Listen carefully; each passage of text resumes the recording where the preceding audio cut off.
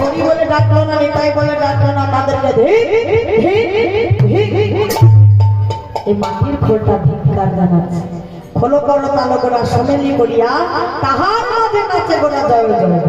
আর সেই তালে তালে কারা নৃত্য করছে, সকল ভক্তগণ নৃত্য করছে। কিন্তু আর সবার থেকে আনন্দ কার বেশি জানো? কার আনন্দ?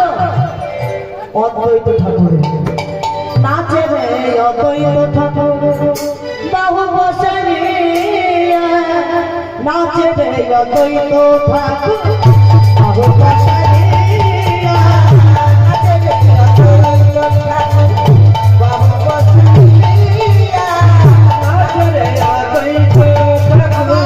যত ভক্ত বৃন্দ নাচে জয় জয় রিয়া, যত ভক্ত বৃন্দ নাচে জয় জয় রিয়া, নাচে রে, অদ্বৈত ঠাকুর বাহু বসাইয়া নাচে রে, অদ্বৈত ঠাকুর বাহু বসাইয়া। অদ্বৈত ঠাকুরের মনে এত আনন্দ কেন? অদ্বৈত ঠাকুরকে, অদ্বৈত ঠাকুরকে বলো বাবা ভোলানাথ। তো বাবা ভোলানাথের এত আনন্দ হলো কেন?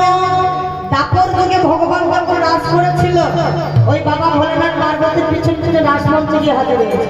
জানো, পিছন পিছন চলে গেছে। আর ভগবান অন্তর্যামী জানতে পেরে অভিশাপ করেছিল, তুমি এত বড় অন্যায় করলে তুমি নরকুলে জন্ম নেবে, নরকুলে গিয়ে জন্ম নেবে।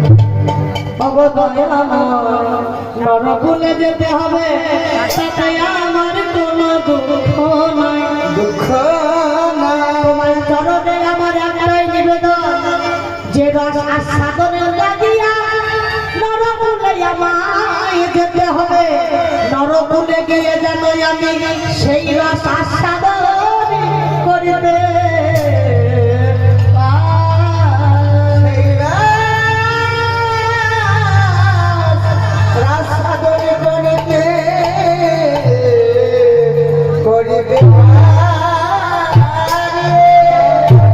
নরকুলে গিয়ে যেন সেই রস আস্বাদন করতে পারি।